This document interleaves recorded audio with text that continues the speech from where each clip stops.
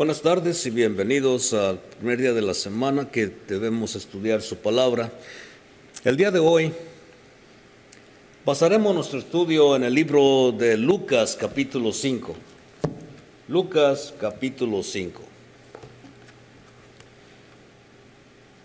Pero antes tengo una pregunta para ustedes. ¿Qué haría usted para ganarse un automóvil? ¿Hasta qué punto llegaría? Algunos hacen hasta lo imposible por sanarse de alguna enfermedad, como el cáncer. Algunos inclusive van a otros países y gastan miles de dólares con el propósito de sanarse. Pero ¿qué haría usted para ganar un carro simplemente? ¿O qué haría usted para sanarse del cáncer? El día de hoy vamos a analizar a alguien que hizo mucho para poderse sanar. Y está aquí en el libro de Lucas capítulo 5. Leamos el versículo 17 y 18. Lucas capítulo 5, versículo 17 y 18. Hablamos acerca de un paralítico. Dice, aconteció un día que él estaba enseñando y estaban sentados los fariseos y doctores de la ley, los cuales habían venido de todas las aldeas de Galilea y de Judea y Jerusalén. Y el poder del Señor estaba con él para sanar. Y sucedió que unos hombres que traían en un lecho a un hombre que estaba paralítico, procuraban llevarle dentro y ponerle delante de él. El problema aquí era la parálisis. Ahora imagínese si usted tuviera eso y no se pudiera mover. Si usted estuviera en esa situación, ¿usted qué daría para poderse sanar? Si su enfermedad fuera una artritis reumática y le habría paralizado completamente, ¿qué daría usted para recobrar su salud?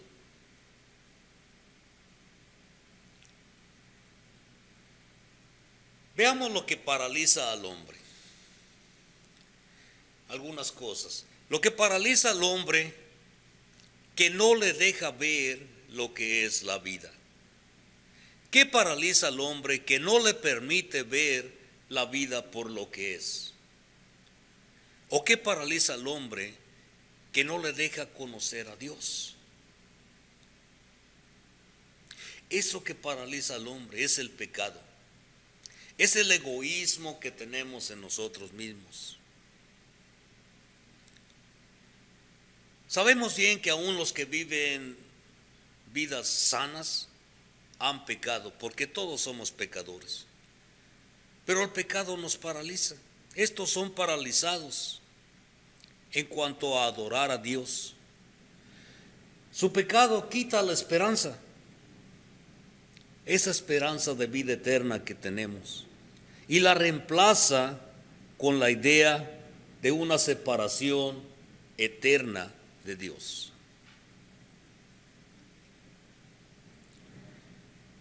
Y así está usted si nunca ha recibido perdón. No puede tener vida eterna y lo que le espera es una eternidad en el infierno. Pero ¿tiene usted el deseo de sanarse? Este hombre tenía un deseo de sanarse. Normalmente no nos gusta molestar a otros, no nos gusta interrumpir una reunión o entrar tarde a un lugar. ¿Creerían que así se sentía este hombre paralítico? Que pudiera haber dicho, no, por favor, me daría vergüenza interrumpir la reunión. Leamos el versículo 19. De Lucas capítulo 5. Dice, pero no hallando cómo hacerlo a causa de la multitud, subieron encima de la casa y por el tejado le bajaron con el hecho, poniéndole en medio delante de Jesús.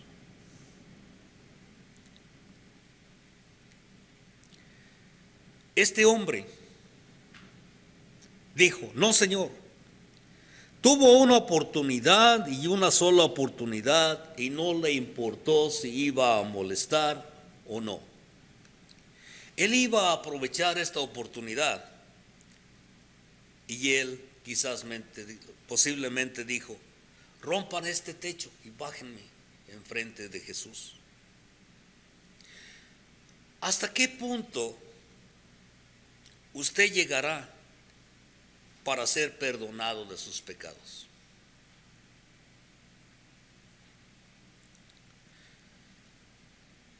Tenemos información de que en China caminan millas sobre los caminos, quizás a través del campo porque no hay caminos. Si es que oyen que hay Biblias en alguna parte, porque quieren ir a verla, porque les interesa oír la palabra. En algunos otros países, si alguien llama y les dice: he encontrado la verdad, toman el autobús por varias horas para poder ir a ver qué fue lo que esa persona encontró, que dice que es la verdad. ¿Por qué?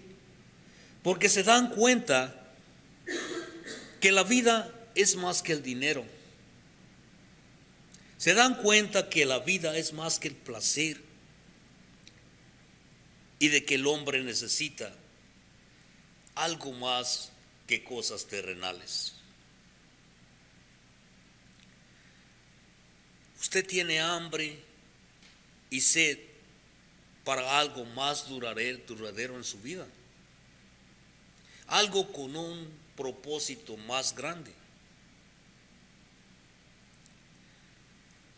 Aquí no termina todo con esta vida. Nuestra alma tan preciosa es eterna. Y no habría sentido si solamente se tratara de lo que hay aquí, de las cosas terrenales. Porque ahora hay algo eterno que sabemos que existe. El problema es si usted no está dispuesto a hacer lo necesario para salvar esa alma que es eterna. Si usted no reconoce todo lo feo que son los pecados, si usted no reconoce la grandeza del don de Dios. Aquí vemos en estos pasajes el deseo de sus amigos para poder ayudar a este hombre paralítico. Y la pregunta es: ¿por cuántos amigos usted destruiría un techo de una persona extraña para buscar la sanidad de su amigo? Esto dice algo bueno acerca del paralítico, porque él tenía amigos dispuestos a hacerlo todo para hacerlo llegar a Jesús.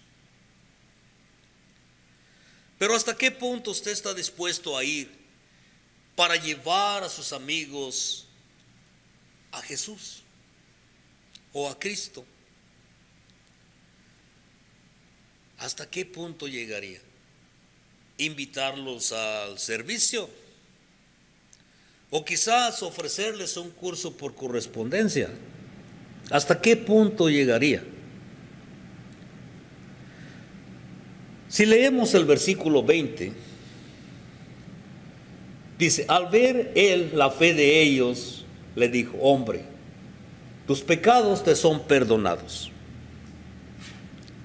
Cristo le dio a él lo que él más necesitaba. Y todos estaban mirando atentamente qué iba a hacer Cristo, qué iba a hacer Jesús al llevarle a este paralítico enfrente de él. Un milagro físico, un discurso con palabras sabias quizás. Pero sencillamente dos cosas pasaron ahí.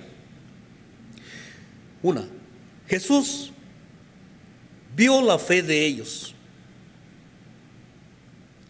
Sabemos que la única forma para comprobar la fe es ver sus obras.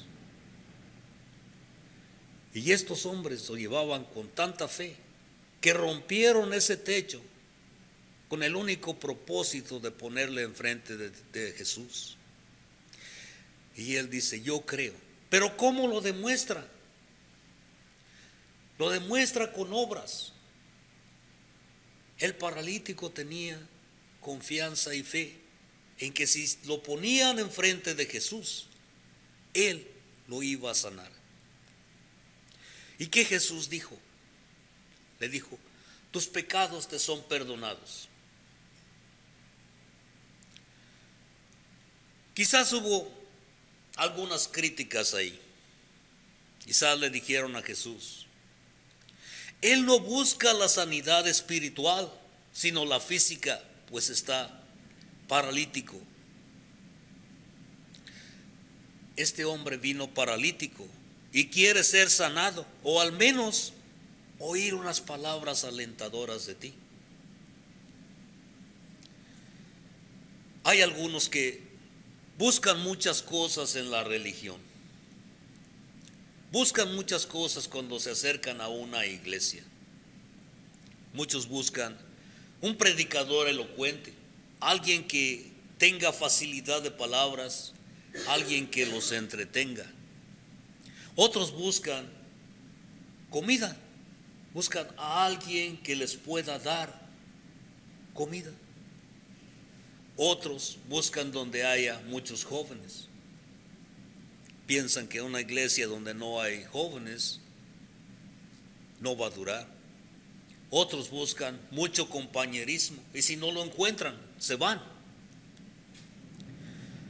Hay algunos que inclusive buscan la sanidad física, no la sanidad espiritual, más la física.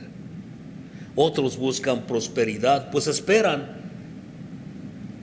prosperar si ellos pertenecen a esa iglesia. Pero ¿cuántos dicen, yo quiero ir donde puedo obtener el perdón de pecados? No muchos. ¿Por qué? Porque eso no es la prioridad de muchos.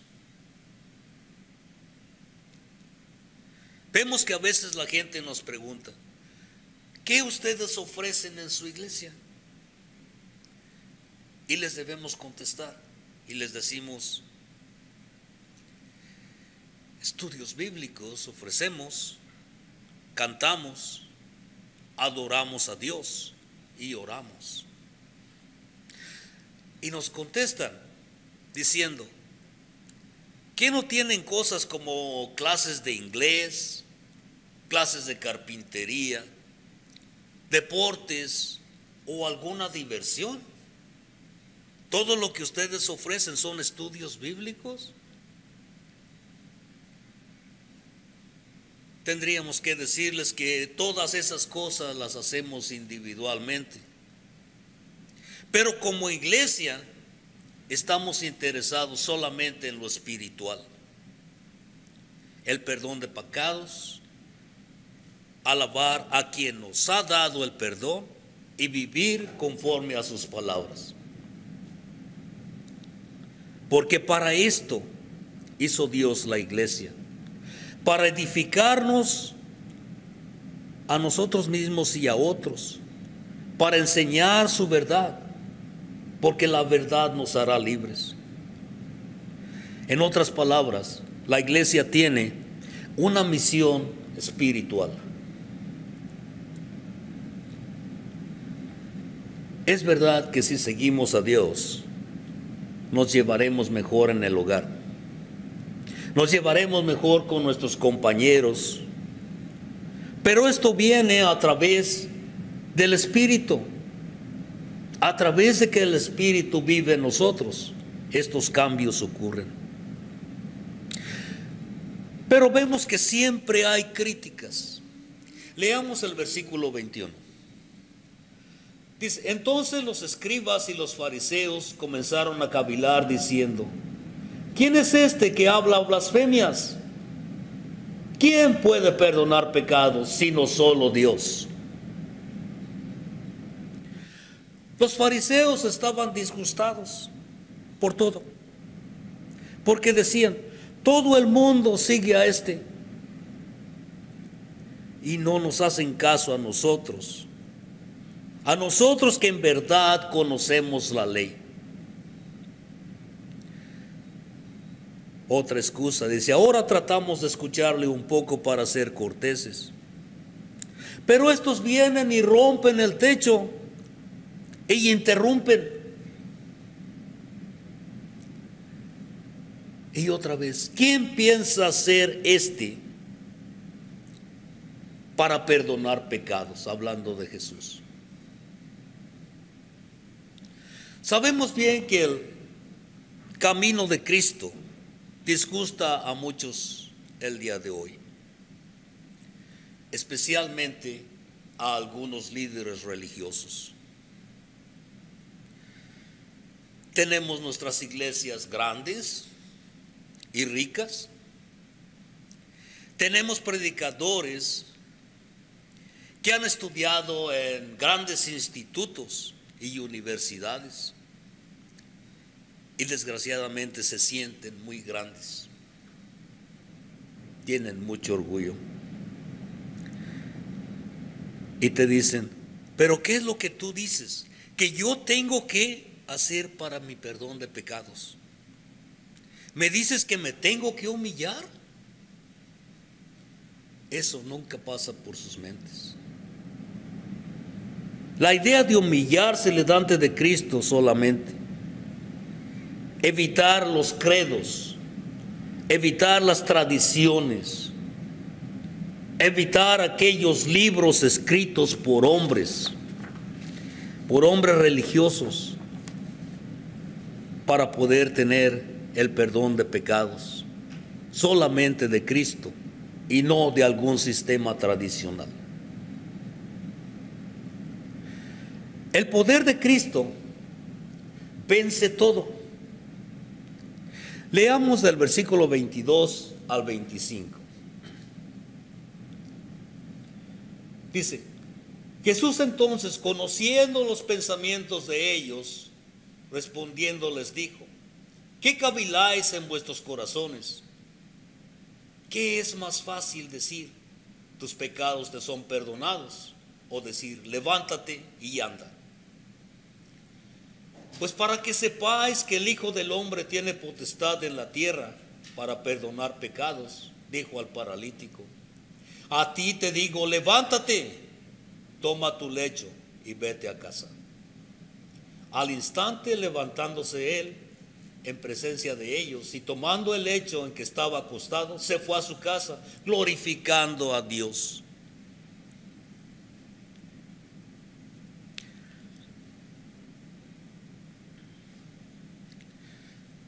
Vemos aquí o notemos algunos pensamientos importantes en este párrafo.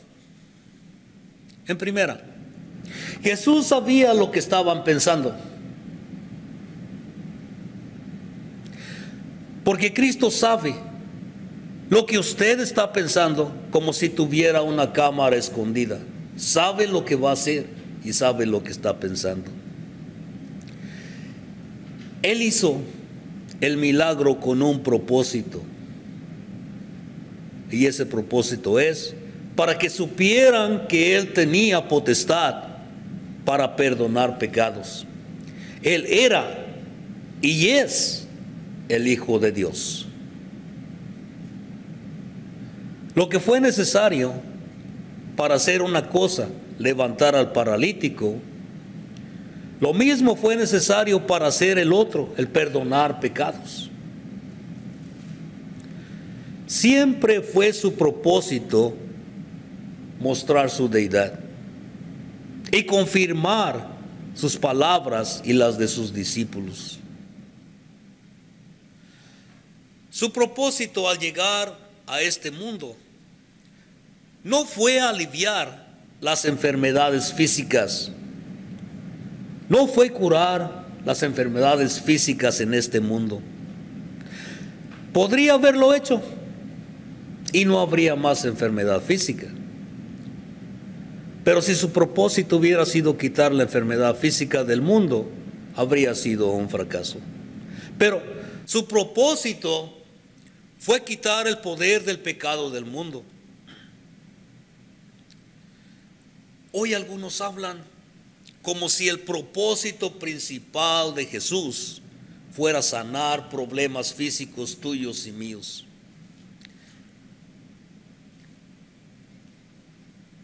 Y te dicen, para de sufrir. Y hacen una gran campaña de sanidad, tratando de decir que Jesús vino a curar enfermedades físicas. Pero pasan por alto el propósito principal de Jesús. Ese propósito que fue de quitar los pecados del mundo, perdonar a los arrepentidos. Que no sea así con nosotros. Aceptemos que el gran mal de nuestra sociedad no es el SIDA, no es el cáncer, no es la malaria, sino es el pecado. Ese es el gran problema de nuestra sociedad. El gran propósito de Cristo fue luchar con Él. Y ese debe ser nuestro gran propósito el día de hoy. Jesús hizo un verdadero milagro en frente de centenares de testigos. Alivió a ese paralítico. ¿Qué creen ustedes que habría dado más gozo al paralítico? ¿El ser sanado de su parálisis o tener sus pecados perdonados? ¿Qué puede darnos más alegría el día de hoy a nosotros? Tener nuestros pecados lavados, no más condenación, no más camino al infierno, porque ya somos hijos de Dios. Qué alegría, ¿verdad? Y todos estaríamos felices. Leamos el versículo 26. Dice, y todos sobrecogidos de asombro glorificaban a Dios, y llenos de temor decían, hoy hemos visto maravillas, las maravillas del Señor.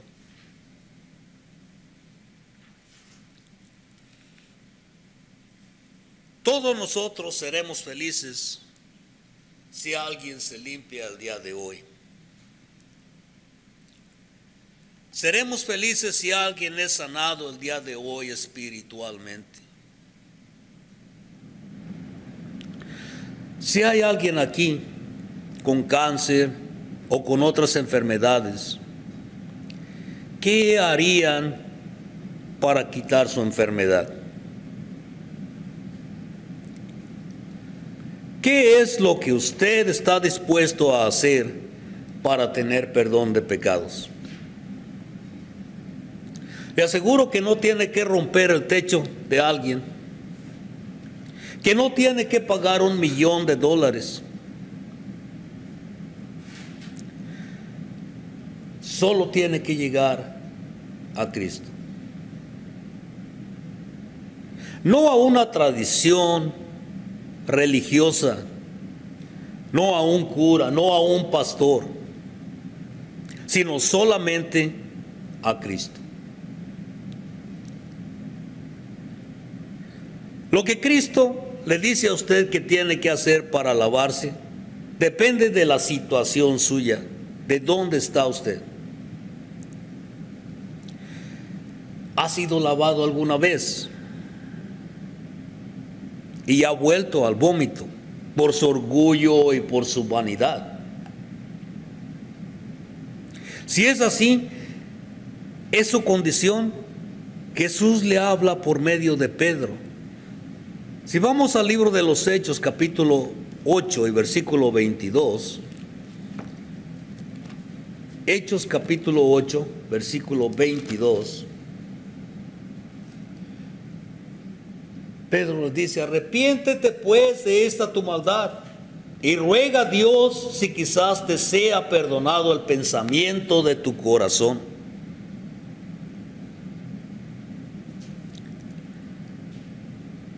Arrepentirse de aquellos pensamientos malignos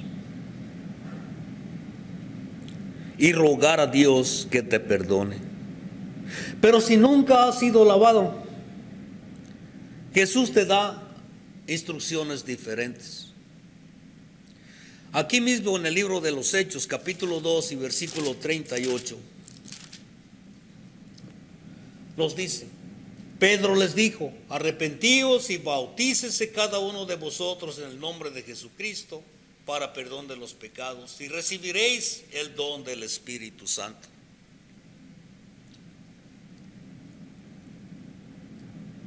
El arrepentimiento es importante, porque sin arrepentimiento no hay perdón. Las siguientes instrucciones están en el libro de los Hechos, capítulo 22 y versículo 16.